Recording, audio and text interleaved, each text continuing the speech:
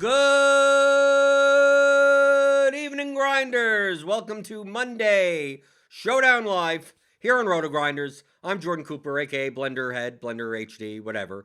And join with me on this Monday. We're flipping weeks. Last week was Chief. Now we got Justin Van Zuden, STL Cards for an exhilarating Patriots versus Jets showdown.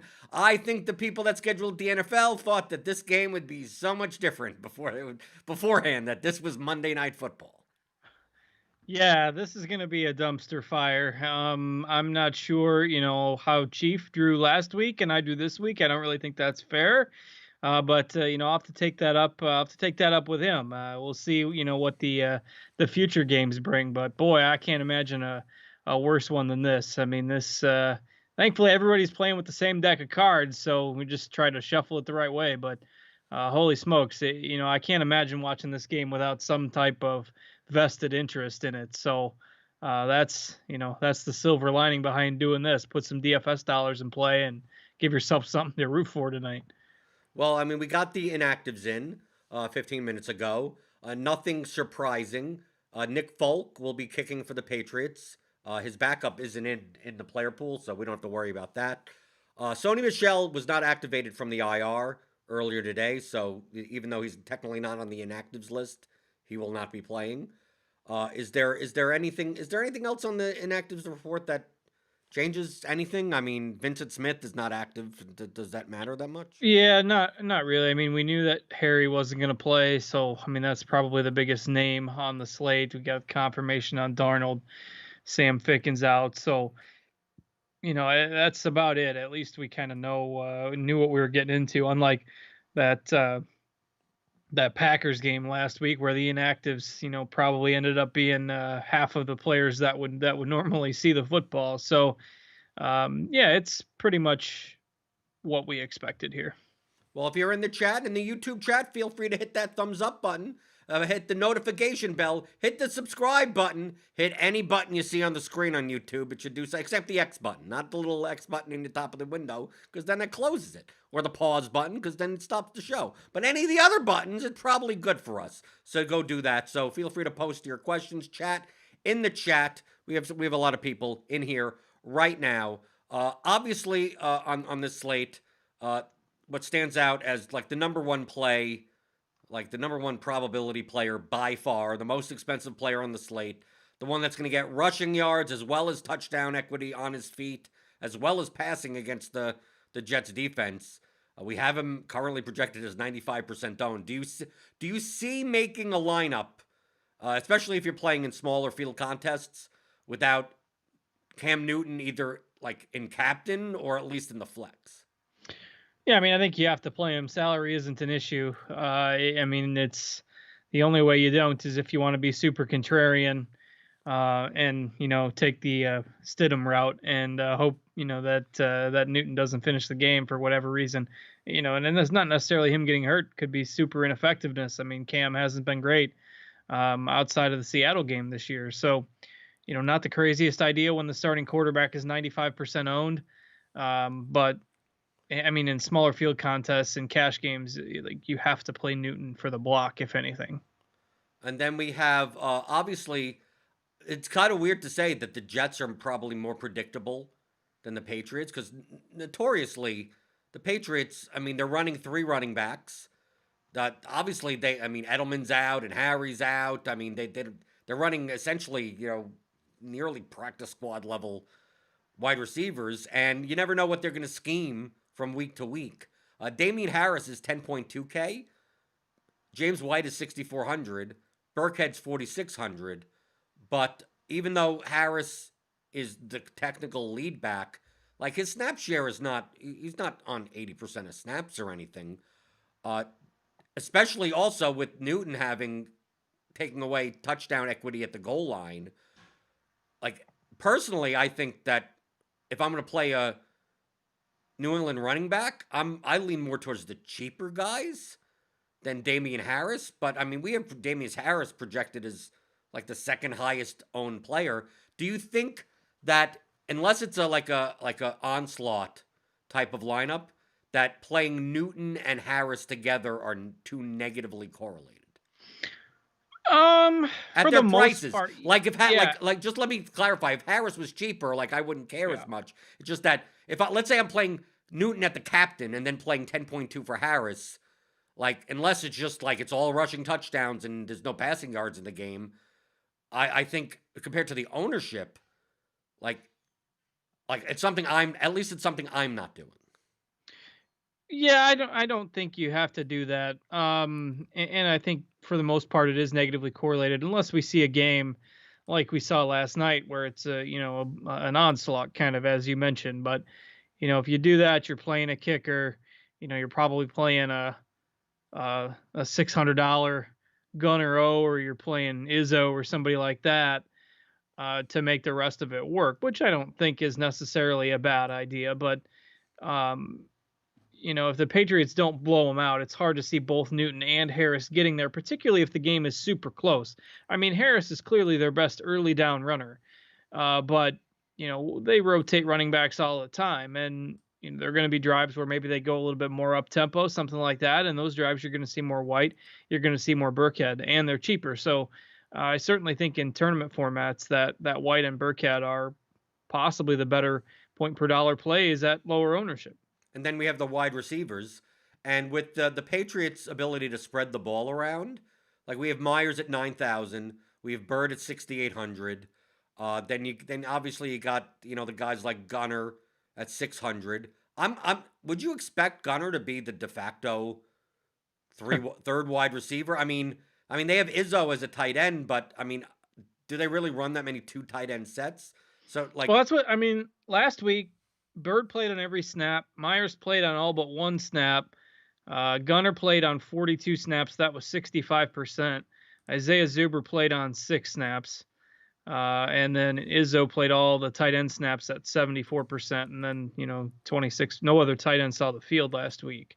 And Keene is inactive, I believe. And Asi is on IR still. So, they're not going to use a lot of two tight end sets. So it would be a lot of Bird, a lot of Myers, and a lot of Gunner probably. and it depends on how much they're throwing the ball. I mean, this Right. could be this could be a game where Cam gets 80 yards rushing, and like the receivers for their prices may not get there. But on the other end of the spectrum, we have to deal with the Jets. Uh, Jamison Crowder is active, so I mean he's obviously their best receiver at 11-2. They also got obviously this is the first time we're gonna see the Jets with like everyone healthy, with everyone that should be Except their healthy. quarterback. Right. Well, you're right. Exactly. Well, I mean, no Chris Hogan, so we don't. But Chris Hogan, who cares, right? He could play 88% of the snaps and never see the ball. So, uh, do you think that the Jets are more likely? Are we going to see more two tight end with Griffin and Herndon? Because it seemed like they only really play one tight end. So are they going to line up like? Do you see three wide receiver sets being Crowder in the slot, Mims and Perriman on the outside? Or are we going to see more Jeff Smith or I don't even see how they play Berrios unless Crowder's going to play. Like to me, out of all the Jets receivers, Berrios makes the least sense because essentially he's the same type of receiver as Crowder, and if Crowder's healthy, when is Berrios going to see much of the field? Yeah, Barrios is also 5,400 on DraftKings. He's more expensive than Mims and Pearman. That just doesn't make sense. So if you're going darty with your Jets wide receivers, you're probably doing it with Smith. He's $1,000. So I would just X out Barrios at that salary. I don't think it makes any sense. So I think you'll see some combination of them using two tight end sets with Herndon and Griffin, and then mixing and matching some 3 and 4 wide receiver sets. But Jeff Smith, who played on 84% of the snaps last week, and Barrios, who also played on 84%.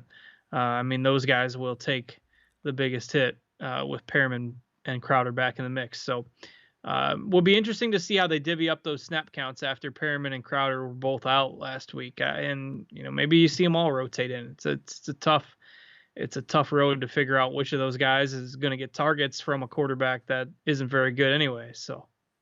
And then we got the running backs, Gore and LaMichael Perrine. Obviously, Perini has more like pass catching upside, but Gore is cheaper, and it's Adam Gase. Like, how do they not give Gore 10 plus carries in this game, regardless of what the score is?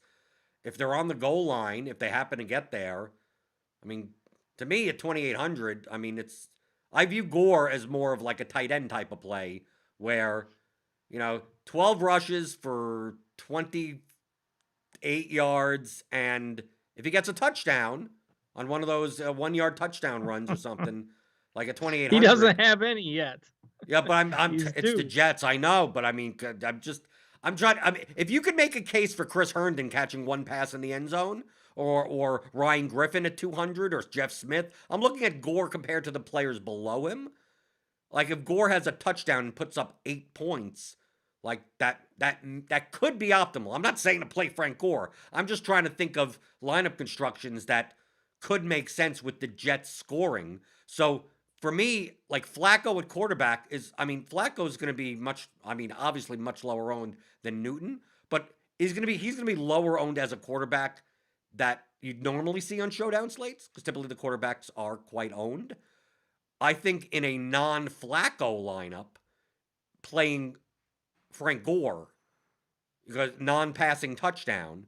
I mean, we're just assuming the Jets score any touchdowns, right? I mean, well, we'll get into the defenses and kickers in a minute, but I just think in a non-Flacco, like if you're not going to play Flacco or Crowder, and it's going to be a somewhat competitive game, it's a low-scoring game. I think correlation matters a little bit less because I always say that in low-scoring games, it's less likely that all the scoring tends to be bunched. That if you could find the touchdowns, like if this game ends 21-7, 24-7, 24-10, like just find who scored those 4 touchdowns, and you're going to need that to win any type of contest practically because they count for 6 points. So who better to score a touchdown? I mean, out of all these guys at the bottom, I mean Frank Gore. At least there's a story you could tell that Frank Gore gets a 2 yard carry at the 2 yard line and ups his and that actually increases his yards per carry average on the season. Yeah, it's frightening to talk about Frank Gore as a fantasy option in 2020, but if there was ever a spot, this is it in a game that's going to be ugly. So I can't fault you for doing it. I mean, Pirine, it would make so much more sense for them to give him carries because, I mean, you've got a potential, guy that could be part of the future, and it's not like the team's going anywhere this year. So why don't you see what you have in him? But we cannot ever trust Adam Gase to do the right thing. So it's probably going to be a split backfield scenario again where they both get 10 touches. And I mean, it's not ideal, but there are options tonight. And then we look at the defenses and the kickers. I think Nick Folk at 3,800 makes more sense to play than Sergio Castillo. You have to figure that the Patriots are able to move the ball more as a 10-point favorite. That even down, I mean, I know we're talking about Adam Gase, but if they get down 2 or 3 touchdowns, I mean, how does Sergio Castillo really get there? Because they're less likely to kick, 51-yard field goals than on 4th and 2 or something. But let's talk about the Patriots defense. I say this on most showdowns. Like, if I lose, I lose. I am Xing out the Patriots defense at 7,400. With that, they would need a pick six or a shutout, essentially, to. Both are possible. Well, yeah, well, of course, I know both are possible. Oh, you don't get me wrong. I definitely know. But in order to win a large field GPP, you're going to need basically the top 6 scorers. You're going to need the nuts. So when the Patriots are 7,400, they have to be able to beat at least 2 of the guys below them. And probably 3. So beat Bird, White, Perrine, Berrios, Mims, Perkhead, Perriman, Folk, Gore, and all the cheap gunner. Like, outside of a shutout or a pick, if the Jets score 1 touchdown, like the Patriots are unlikely to be in the optimal lineup at 7,400. Obviously, they 2 pick sixes, but I just think they're going to be over-owned compared to the probability of them putting up 14, 15 points as a defense. That if they, I don't mind paying up for defenses if they're going to be low-owned, but when they're going to be this high-owned We have him at 27.9% ownership, and I think that's actually low. I think the Patriots defense is going to come up 35, 38%, and like I have no problem just fading a defense at that. I'll put the Jets defense over that because it's not like Newton isn't prone to mistakes either. But I still, but between the kickers and the defenses, I like Nick Folk the best. I mean, he projects better than them. So I mean, like I'm not saying anything that isn't in the projections. But I think I'd much rather take a shot at cheaper guys than bet on the Patriots defense. You know, getting enough of a score that like if Burkhead gets a touchdown, like the Patriots defense probably doesn't matter. If Perriman gets a touchdown, if Falk puts up 3 field goals, like I see so many paths underneath the Patriots where I know you're playing for game script 5-1 with the Patriots defense, you know, that type of build, but I just see many paths for the Patriots. The Jets could score at least 7 to 10 points and just ruin that.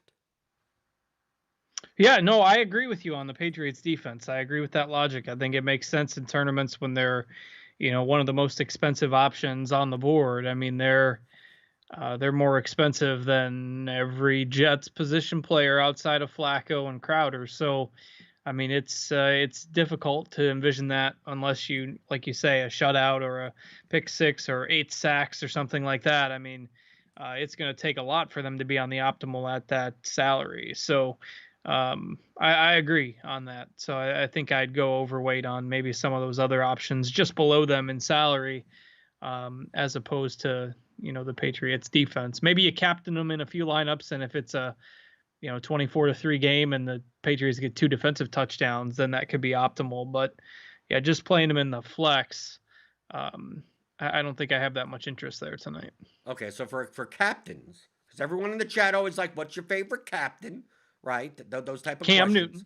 Newton. Well, yeah, I mean, it's obvious, but also that's going to be, if you're playing large field GPPs, yeah, he's gonna obviously, I mean, he may get past 60% captain ownership on this slate. And I'll make the case in a little bit about fading him completely, but because you know me, I'm a mad scientist, and maybe something happens. I think you can make it's to me. I've tried to make unique Cam Newton lineups. I think Cam Newton captain lineups are best reserved for smaller field contests. Because I think if you're going to try to beat 2,000 entries, I think you could build a unique enough lineup against 2,000 entries, but not against 100,000 entries. That I'm much more likely to play White or Burkhead in the captain, and then jam everyone else in. Still play Newton. I mean, I'll still play Newton in the flex, but then just try to jam as many people in. And if I could get a White or a Burkhead 12 to 14 point game, obviously it's probably negatively correlated to Damian Harris, so Damian Harris wouldn't be in those lineups. But I'm not even opposed. Like to me, it's not nuts if you played Newton, Harris, Burkhead, and White in the same lineup with no Patriots receiver and Folk, and then a Jets player. I don't think it's. I don't. 3 of them may be a bit nuts, but I think you could play 2 of them, and people won't play. People will make a group that says one of those 3, and those combinations will be much more likely to be unique. I like it, particularly if they get 3 or 4 offensive touchdowns. There could be enough to go around there. And obviously we've only got a 42-point total in this game, so it's not like people are expecting a ton of points, but that's why you're getting inflated ownership on that Patriots defense. So I think that's an interesting move. And I think on the Jets side, obviously Jets captains are going to be lower owned than you should expect. I'm actually less inclined to play Crowder at the captain and more inclined to play Perriman or Mims at the captain. They bust coverage. Flacco's able to get a 50-yard pass, touchdown type of play, rather than Crowder getting, 8 for 80. And I mean, yeah, he could get there, but he could get there on volume. But it's going to be hard to play Crowder in the captain and then obviously correlate him with Flacco and then still have Cam Newton in your lineup without playing 2 Gunner and Ryan Griffin, 2 guys down there that I think playing someone like Perriman or Mims because they fit the profile of of a receiver that could end up being the highest scorer on the slate with 3 targets because they could break big plays. Yeah, it'd be interesting to see where those snaps go for the Jets receivers. I mean, we kind of talked about Berrios being the guy that might lose out the most. I mean, how many snaps does Perriman get in his return? How much do they take away from Mims or Jeff Smith? I think Mims' role is probably safe, and Perriman's gonna be that big play guy. Perriman goes back with Flacco too from their time in Baltimore, so I think that Mims would maybe be second in snaps, and then Perriman, and then you get to Berrios after that. But I don't know. There is a little bit of guesswork involved. Okay, so I'm reloading some of our projections here at Rotogrinders. You can get them, rotogrinders.com/premium. So the projections have been updated. And you also have Eric Beimford does Slate IQ. Showdown Slate IQ, it's a premium article. He does the data analysis on slates, very similar slates to this in the past, compares them, runs simulations to see optimal captain allocation, optimal lineup construction, and according to his report, compared to what the top 0.1% of lineups on slates of this type, most over the field are 5-1 and 4-2. And 5-1 meaning the winning team versus losing team. And I always have to caveat it, it doesn't mean the favored team or the underdog team. So if the Jets win this game, it could be a 5-1 Jets. Most likely as a 10-point dog. It doesn't mean that. It means a 5-1 Patriots lineup or a 4-2 Patriots lineup. They're both, they show up in the simulation in the top 0.1% more often than they'll be rostered. And then at captain, the positions that show positive leverage are running back 1, wide receiver 1 by a little, tight end 1, and a little, I mean, it's a low chance, but wide receiver 3. The problem with a lot of this analysis, and I say this in the Discord, our premium Discord, obviously, if you're a premium member, you get to sign up. I'm in there active all the time, talking strategy and everything, that these are very arbitrary. Like, who's the RB1 for the Patriots? Is it Harris or is it Newton? Is Newton the RB1? Is it's is a committee of 4 guys. right? Like Burkhead last week actually had more snaps than Damian Harris. So is that the RB1? The wide receiver 1 on the Patriots. Who is that Myers? Is it Bird? I mean, on the Jets we know it's Crowder. Okay, I get that. RB1 on the Jets is Gore, but P. Ryan has gotten more snap. Like, these are very arbitrary type of figures, but it does show that a more rush heavy, less pass heavy type of 5-1 or 4-2 provides you with the highest leverage, and it makes sense because if you even put Rotogrinders projections into our lineup HQ and just run, sometimes I just run 300, just default, just run 300, and you get primarily 4-2 Patriots, 5-1 Patriots, and a whole bunch of 3-3s, and a ton of the kickers. Whenever I see like tons of kickers and defenses like that, it shows that it's going to be a low scoring slate. So that's going to be the best median lineup. So if you're thinking about how you build today, I think 5-1, and it doesn't mean 5-1 with Newton as the captain. So, I think on my builds, I'm going to have some Newton captain, some White captain, some Burkhead captain. I'm not going to play Harrison the captain. And then play some Perriman on the, I could play a 4-2, but the Jets player is in the captain spot. So I could play a Flacco in the flex, Newton in the flex, and then Perriman in the captain spot. Maybe I have to see what Crowder's lineups look like. But you have to think, Justin, that the most leveraged lineup is a lineup that fades Cam Newton. The question is, how do you build that? He plays Stidham. Yeah, I mean, I don't know. It's all field goals. I mean, all field goals for the Patriots. A Jets onslaught, and you play the Jets defense. Well, I'm talking about I, like how do you play a non-Cam lineup in a lineup that has a game script that the Patriots win? I think the only way to do it is by it playing would be like Harris. Harris at the Yeah, captain. Captain Harris. Right. You have to captain Harris, and the kicker. I mean, yeah, it's and I just did what you did, just ran like 150 lineups, and you get Newton, Flacco, Patriots D, and the two kickers. So with Newton being essentially a free square for everybody, that makes it harder to make your lineup unique It's not. It if you're can't be. Well, playing hold him. on. It can't be a free square when he's 13.2K. Right. That's not Well, a free I mean, square. it essentially makes it a 5-man lineup instead of a 6-man lineup, with the only decision being whether you captain him or not. Like, you're playing him for the block in most cases, because it's difficult to envision a scenario where he's not on the optimal lineup, barring an injury or a completely, a Tom Brady type of game from last night, which I suppose is possible. But I mean, it's not like the Jets are going to dominate possession in this game. You wouldn't think.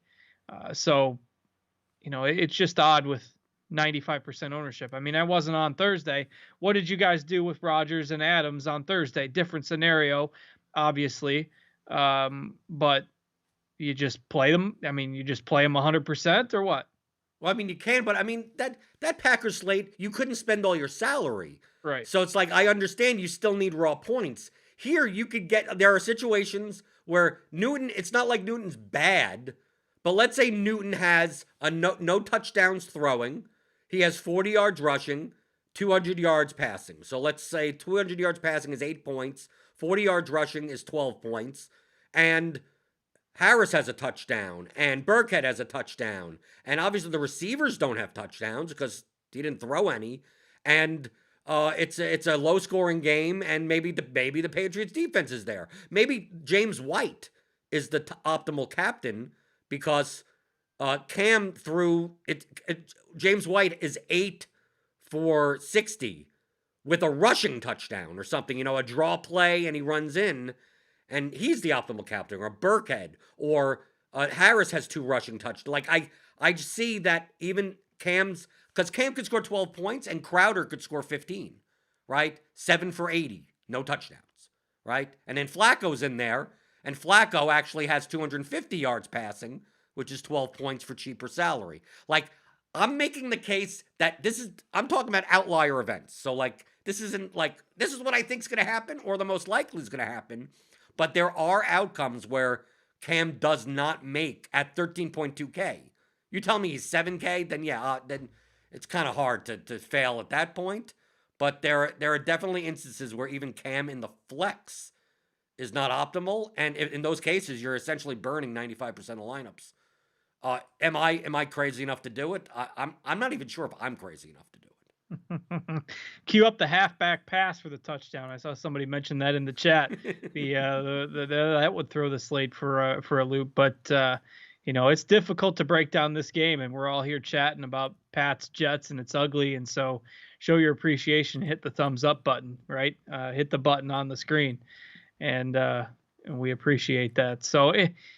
Yeah, I'd say. I mean, if you're building 100 lineups, maybe you make 10 without Cam and go buck wild. Do If it he with doesn't. one lineup. If you're in the big contest and if you want to have a sweat and for what, $11, 10, $15, whatever it is, and you're like, well, either this lineup's winning 6 figures or it's losing everything. If you're willing to play the lotto and just say I'm going to make the best non-Cam lineup as possible, I don't think I don't think you need 100 lineups to do that. It just depends on it.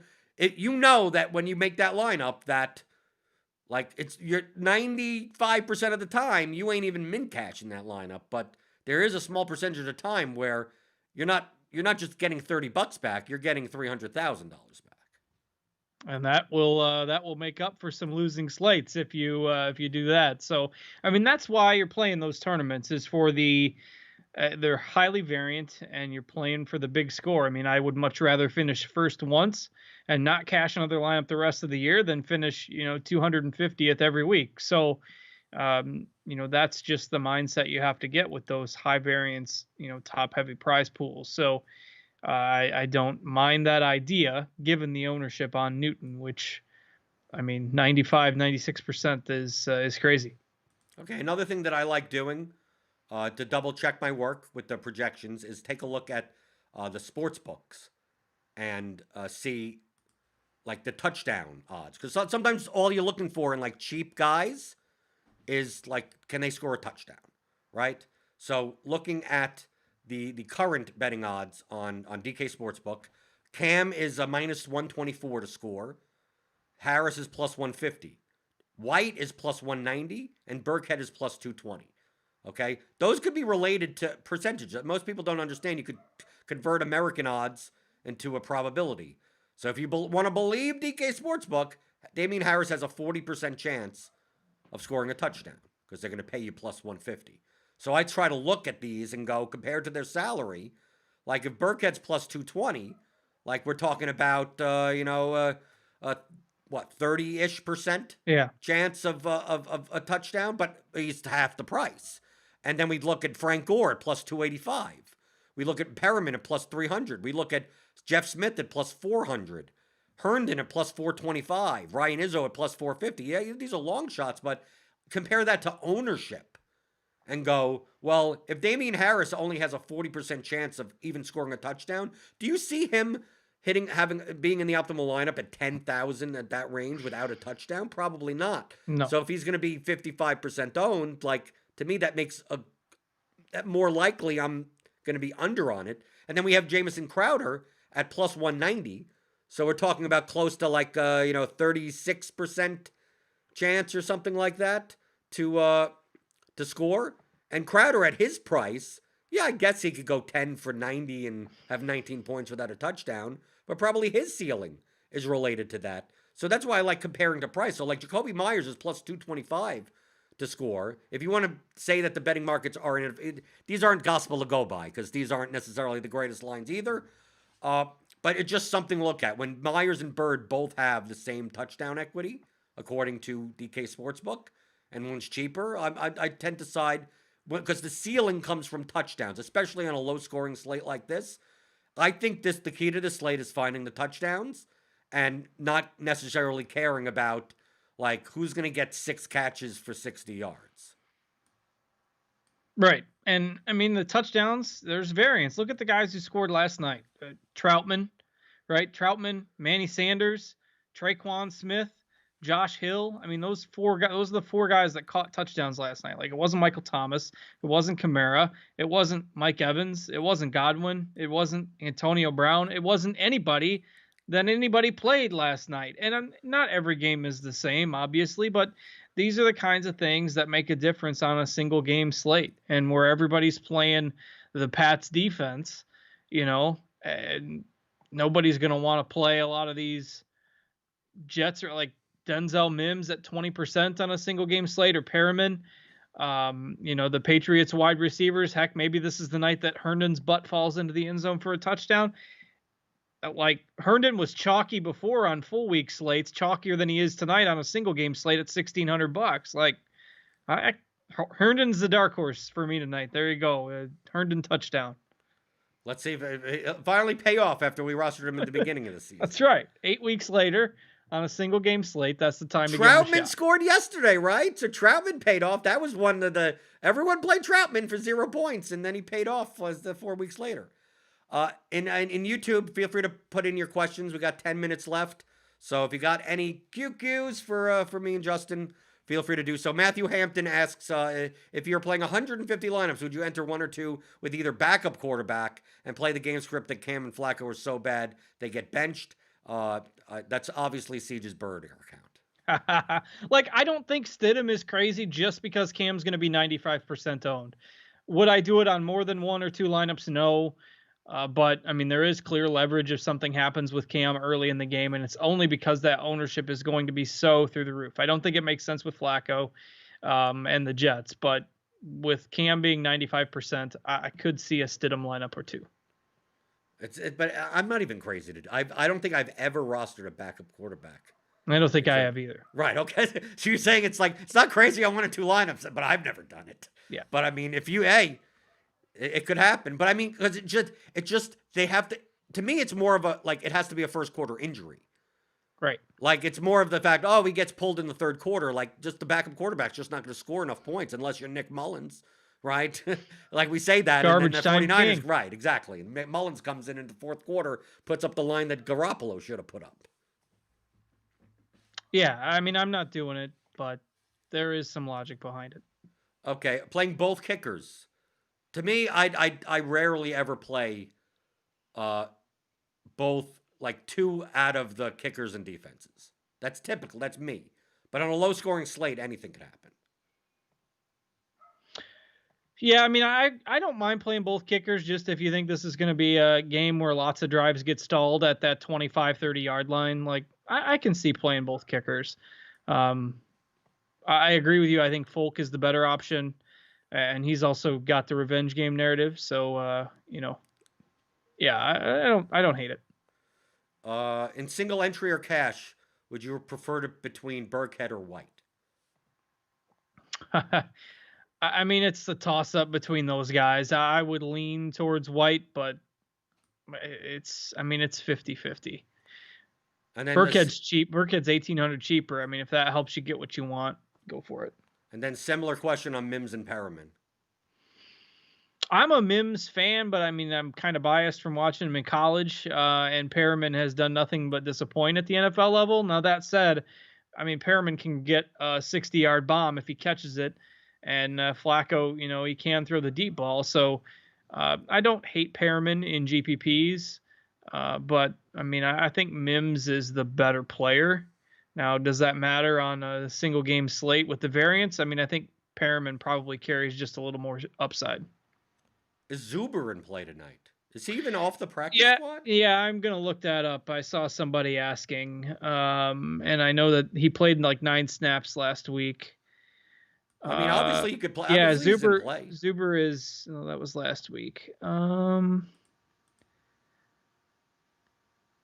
I'm going through projections and yeah, he is not active. Okay, he's not right because he's not in my projections. So not active. So that makes it easy. That puts more ownership on Gunner. That's 600. I think he's Gunner at $600. I mean, Gunner, he's going to be the most popular, like, cheap guy, right? I mean, that makes sense. Yes, at that salary with his snap count, yes. People are talking about the New England defense at captain. Like, I'm not even playing them in flex, so feel free to go nuts. It's not because I'm against the Patriots defense. It's just they're 7,400 and they're going to be too owned at that expensive price that if they beat me, they beat me. I mean, it's just I'm just going to play the math, the long run math, and not roster defenses over like 5,000 because I don't really roster defenses that often, but when I do, I roster the cheap ones. So like yesterday, I'm more likely to roster the Saints defense because it's just that they don't have to beat as many players underneath them. And last night's slate was a perfect example where most of the cheap guys didn't project very well at all. So the Saints defense could beat a lot more players. To beat Perriman and Mims and White and Bird, I mean, it just seems like an uphill battle, but it's Adam Gase and maybe they just get shut out. Who knows? Yeah. I mean, is there any chance we see a shootout? Is 34-31 even in the realm of possible outcomes? I mean, but how come we're acting like the Patriots are a good team anyway?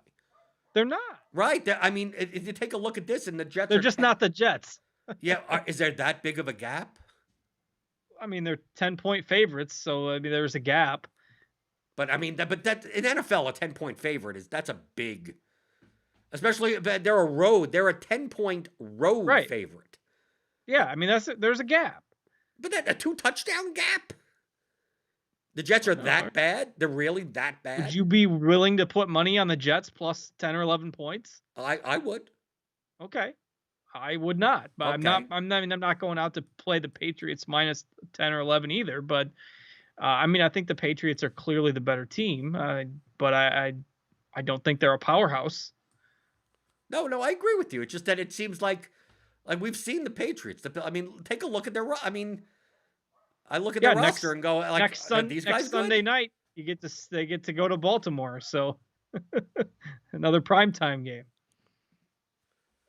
Okay, people are asking about FanDuel also, but I mean, Newton and MVP. I mean, is there? I mean, without barring an injury, how is he not the optimal MVP on FanDuel? I mean, like that to me, at least Yes. on DraftKings, you have to pay 1.5x, but on FanDuel with 5 slots, I mean, that's why I think the FanDuel product is not an interesting Showdown product, and that's why we don't talk about it that much on these shows. But like Newton in our projections projects like with a twice as high medium than any other player on the entire slate. So, like barring an injury or some really really bad game, it's kind of hard for him not to be the optimal MVP. Yeah, I don't see anybody else being the optimal MVP over there outside of something funky happening. Um, I mean, otherwise, there's not a whole lot of differences. I mean, everyone's kind of priced in the same like level salary wise on FanDuel as they are on DK. I mean, Gore's cheaper than P Ryan. You've got Burkhead and White up there. Uh, then you got the kickers in that 8.5K range. Gore, Perryman is cheap. It's pretty much the same options I mean, there's nobody that's a massive salary differential on FanDuel, other than the floor is a little bit higher. So maybe it makes somebody like Gunner and Herndon a little less appealing over there, but it's not like the cap is super tight. So Right, because people are talking about Ty Johnson in the chat. Is it Ty Johnson season? uh, it's anybody's season, but no, not with two running backs ahead of him. People are talking about Nick Folk. He's active, but Yes, he is active. but is he going to kick? It's a revenge game. He's got a kick. Oh, this is a revenge game. How many Sure, Jets? How many kickers have the Jets had? Yeah, he played for the Jets, I Okay, believe. so is he going to be able to get his revenge on the? Did they let him go or something? Maybe it's a Jets revenge. Oh, game. I don't know. Right. I mean, I always look at revenge games and go, what happens if it's the other way around, where the other team wants revenge on the player? Yeah, it looks like Jake Bailey was practicing taking warm-up kicks. He's the punter. Made a 48-yarder in warm-ups, so that might be where these questions are coming from. I don't want to roster. The worst thing you do is roster a kicker that doesn't even kick doesn't even attempt. No. I mean, Nick Folk, they're both warming up, so who knows? And Folk is active, but maybe Bailey gets a longer kick. I don't know. Well, I think. Okay, this is what I think. Is their backup active also? What's their backup? Roswell or something with an R? Because I'm assuming not. See, because I'm assuming if Folk is active, and the other guy and their other kicker isn't, that Folk is going to kick, and Jake Bailey is just taking practice kicks in the chance that Folk gets injured, but not like why would they make a kicker active and then not like at least with like running backs it's like well maybe he's good enough to get in a couple of but is there any point in having let's just leave him active and give him zero snaps? Maybe if they've got like a 60-yarder or something, they don't want Folk to kick that far, or a 55-yarder, maybe they'll let him try it. Okay. Right at the end of a half or something. Like I think Folk is probably good for the shorter kicks, but I don't know. A slight downgrade for him, if anything. I mean, maybe you play the Jets kicker instead. I'm just concerned by the chat. I'm not concerned about it at all because if he was injured, they would obviously not have him even be on the active run. I mean, it's like having a backup punter. Like, what's the point of having in your 53-man active squad having the second punter? Quarterbacks, obviously. Like, there's only so many people that do it. But I mean, we've seen punters kick and we've seen kickers punt. We've seen quarterbacks punt the ball. I mean, look at Randall Cunningham, right? Doesn't he have the record for the longest punt in the NFL? Yeah. Of course, it rolled 90-some yarder. Right? Yeah. But I mean, obviously, he kicked it about 45, and then it just kept on going and rolling. It was on that Philly AstroTurf, right? Back in the day. And everyone in chat's going, no, Folk lock button now. Now we got to do. I'm just going by what I see because I mean, people in the chat asked and said, well, what I look at Twitter and someone else is kicking balls. It's like, well, I mean, I'm assuming if Gunner wanted to take a field goal attempt, they'd let him to in practice. I mean, just for, you know, old Kicks time's and sake or giggles. something, right? I Yeah. mean, like, we're going by little things that people are taking on Twitter. I mean, remember, Ian Rappaport said that CMC was going to share drives with Mike Davis, and that never happens. So, like, Now why? he's out again. Now he's probably out again. Right. Mike Davis 4K, it's going to be Chalk City, right? Is he? I was just gonna look to see what he was next week. Yeah, it's 4K. They priced him all the way down to 4K, the minimum price. And they also Ouch. priced Chase Edmonds down to 6,300. Well, he deserves it. They lost that game. Playing against Buffalo. No, but Yeah, Chase Edmonds had 28 touches I yesterday. know. I was joking.